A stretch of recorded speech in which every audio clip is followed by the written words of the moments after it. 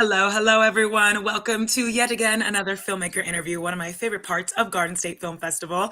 We are in our 23rd year from March 27th through March 30th. You can check out over 200 films, all various types of films from all around the world, all different types of filmmakers, all different types of stories. You can get tickets to individuals' film screenings or parkway passes, all the good stuff, all at gsff.org. And one of the films you should definitely get a ticket to see is this feature film called Beggarman. Here to talk to me about the film is writer, director, and one of the actors in the film, Frankie Montero. Frankie, congratulations and thank you for joining us today. Thank you for having me. It's an honor. It is an honor to be interviewing you. You're such a talented filmmaker. I really thoroughly enjoyed this film. I think so many elements of it is just like, a goal for filmmakers. I think beautiful, great acting, great stories. So I'm just really excited to talk to you about it. And we are live, and I see Matt. Matt is in the chat. Hi, Matt. I've seen him at Garden State Film Festival. I saw you in the film, Matt. So wonderful. Let's get into it. Frankie, tell me a little bit about yourself and tell me a little bit about Beggarman, please. Okay. I'm the writer director of Beggarman. I'm an actor as well. I started out acting, my first passion and love, and then I fell into writing and directing later on. But I love working with actors, and I consider myself an actor's director. It is a lot of fun. But yeah, if the role suits, then I'll give myself a cameo. I always love to jump in there. Like I said, it's just a lot of fun. And I come from Yonkers, New York.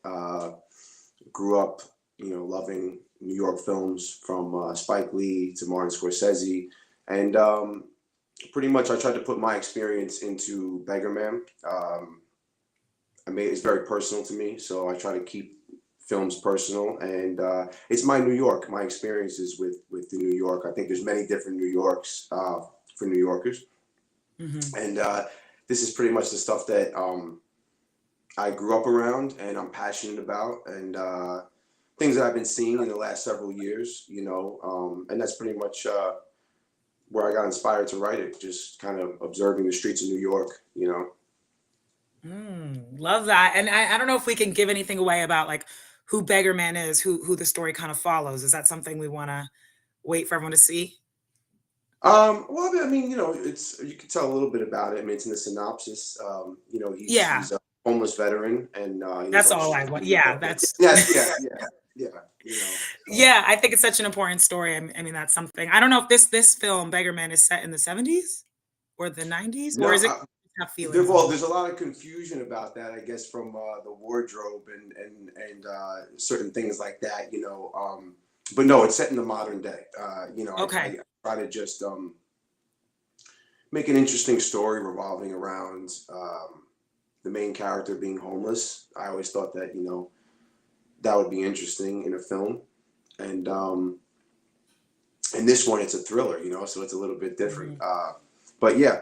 So it doesn't take place in the 70s, but I'm old school. I like to add a lot of different pieces from the different time periods. Yes. I think I read it in the bio that the inspiration from that falls from a lot of those time periods, which I can see in the film. Like so many parts of the film I loved, but one of the things was the look. I want to start by actually no, first I should ask you just what was the inspiration? When did you write this? And you said that it was inspired from your type of New York, what you grew up with. But when did you actually write it and how long did it take to make this film?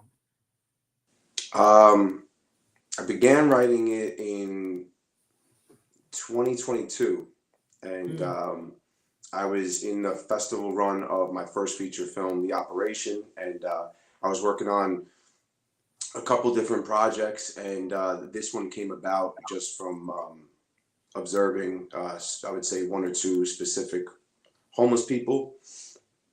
And mm, from there, I like to write to music, so I put a record on, and, you know, old jazz, it kind of mm, just, I don't know, I went to a different place and I started writing the film. And we were going to do, my partners and I were going to do a different film, like I said. And I had this one, and I had sent it to Lenny Thomas, who plays Beggar Man. And, we were kind of shopping it around for a while. And he pretty much, made it happen and Mm. got it all together. But a lot of the films of the '70s pretty much inspired me to make this as well. Films from Sidney Lumet and Martin Scorsese wanted to make an authentic, raw New York film, and that's the combination of all these inspirations. Oh, it's so cool that you brought this to your lead actor. So did you kind of write it with Lenny Thomas in mind, who was phenomenal? I mean, among the amazing cast, what a strong actor. And like I couldn't think of someone better to play Beggarman. Really a Yeah, huge fan of him. But he's yeah, he's did you write it incredible. with him in mind? Excuse me. I'm Did you sorry. write it with him in mind and then gave him, or you like how Yeah, did that yeah. happen? How did you cast him? Um, I've known Lenny for about 10 years now. So, one of my contemporaries, we kind of came up together and as actors, and I met him on an independent film. And I just always saw him as this leading man. He was doing smaller roles back then, and of course, he earned his way and on Tyler Perry's Ruthless. And I just always saw him as a very commanding actor, and his presence is just incredible. So Mm. I wrote this with him in mind. I did my second film that I wrote with him in mind actually, and I didn't know if this was going to happen for a while. But yeah, so and then I sent it his way, and then he really helped push and to get it backed, and Mm. we kind of started getting the ball rolling. Right. And some of the other amazing cast, everyone was phenomenal, but I saw Peter Green in there who I was like, oh my God, this guy from The Mask. Looked through all of this like incredible name talent. Talk to me about how you found the rest of the cast and also your crew, who I really I have questions for your DP and the lighting because like I said, the visuals were just gorgeous. But how did you find the rest of the incredible cast and then how'd you get this crew together? Um, well, so the cast was a bit of a combination between myself and a few of the producers. So with Peter Green, I had him in mind from my childhood, pretty much. We grew up watching him in The Mask, Pulp Fiction, Blue Streak, Training Day. The list goes on. Usual Suspects, and his presence was incredible. I mean, I remembered it from back then, and I always thought he'd be interesting as an Italian gangster. More like a fair complexion, like Joey Gallo type, light eyes, fair Mhm. skin, and he just has that. I hadn't seen him play that, so I thought it would be very interesting. Um, and just again, just growing up watching him, I wanted to work with him for sure. And Mm. so we got lucky pretty much. I reached out to his people. They watched my first film, and he wanted to meet with me, and we met and we discussed the part and the film, and we were lucky enough to have him come on board from there. Wow, incredible! And how, like, I saw in the bio too, or something I read that you and the DP actually a lot of it was like looking at locations, like you guys went around. You and Yeah, the we DP. well, yeah. Then what happened was we cast Jasmine Davis. So one of the other producers, Ariel Zelkowski, she's a big fan of The Shy. She was watching The Shy, and we were looking for Cat. And Mhm. when you're casting, I'm always saying we have to find this character. You just have to feel it, and Mm. it was just on the fly, just her coming to me, and we reached out again, sent her the script, and there was a lot of talks, pretty much back and forth, and I made some rewrites happen for her, and we went from there. So then we were lucky, and then we got the ball rolling into the scouting. The DP Michael Lyons, he did an incredible job. He is from Atlanta. Lenny actually brought him on board. He introduced us. He thought that we could work well together. My concern was he was from Atlanta. This was a New York film, so we had to meet, and we had to do extensive scouting. I also just wanted him to come up here and kind of feel the vibe of New Mhm. York, and just really get to get to really know it and understand it, which I think he did. And we visited locations of movies from the '70s as well, locations that are still around, Mm. and kind of try to bring that energy into play as we were getting into our production. Wow. Yeah. I mean, I just think it's incredible. You could tell all the crew members are just so talented, and The look, I mean, you could watch this in silence even though you shouldn't, and it's just like I was blown away by the shots, really. I was like, and the color and the I'm such a huge color fan when it comes to film, and I just like I commend you all. You are a wonderful, well-oiled machine making this movie. I want to ask you, how long did this take to make? A feature is no easy thing to make. Lots of actors in here, lots of scenes, lots of location. There's a lot going on. So how long Yeah. did this film take to come together? Like filming process, let alone the Filming, post. filming Yeah, process. how long was filming? Let's start with that. Well, yeah, the filming was 18 or 19 days. We Okay. filmed 3 weeks in a row.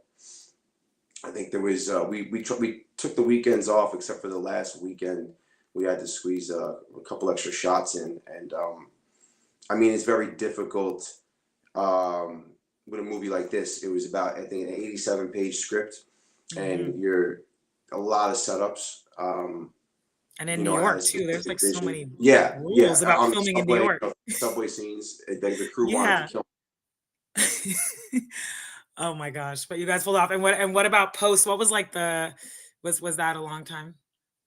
Um, yeah, post was I would say a little bit under a year. You know, there was a lot there with color and everything. I mean, we were very fortunate. You know, this was during the strike, so it kept us Mm, busy. We felt fortunate that we had something to work on. That allowed Michael Lines, our DP, to have a lot of time. I brought him in for the coloring. So mm, you know there was a lot of layers with the coloring and the sound design and mm, the visual effects. You know, so um, I'm a filmmaker. I really like to try to get everything on the set. You know, and get practical. I really try to avoid mhm, CGI as much as I can. But we had some issues with the scene with the news. There's a news clip that Beggarman's watching, and I wanted it on mhm, the TV, and you know we had to green screen that, and that was mhm, a long process. Which is why try to get it on set. You know when you're shooting the movie. mm, Um, but yeah, it was a little bit under a year, and we had a fantastic colorist, Lou Damas. She's out in France actually, so we sent the movie to France on a hard drive. She worked on it there mhm, for 2 months. We really pushed her, you know. So it wasn't just like you know we see a couple versions. You know, we really I like to push people and everyone that I'm working with. You know, show me what you have in mind, and let's just mm, explore. You know, really push mm. it.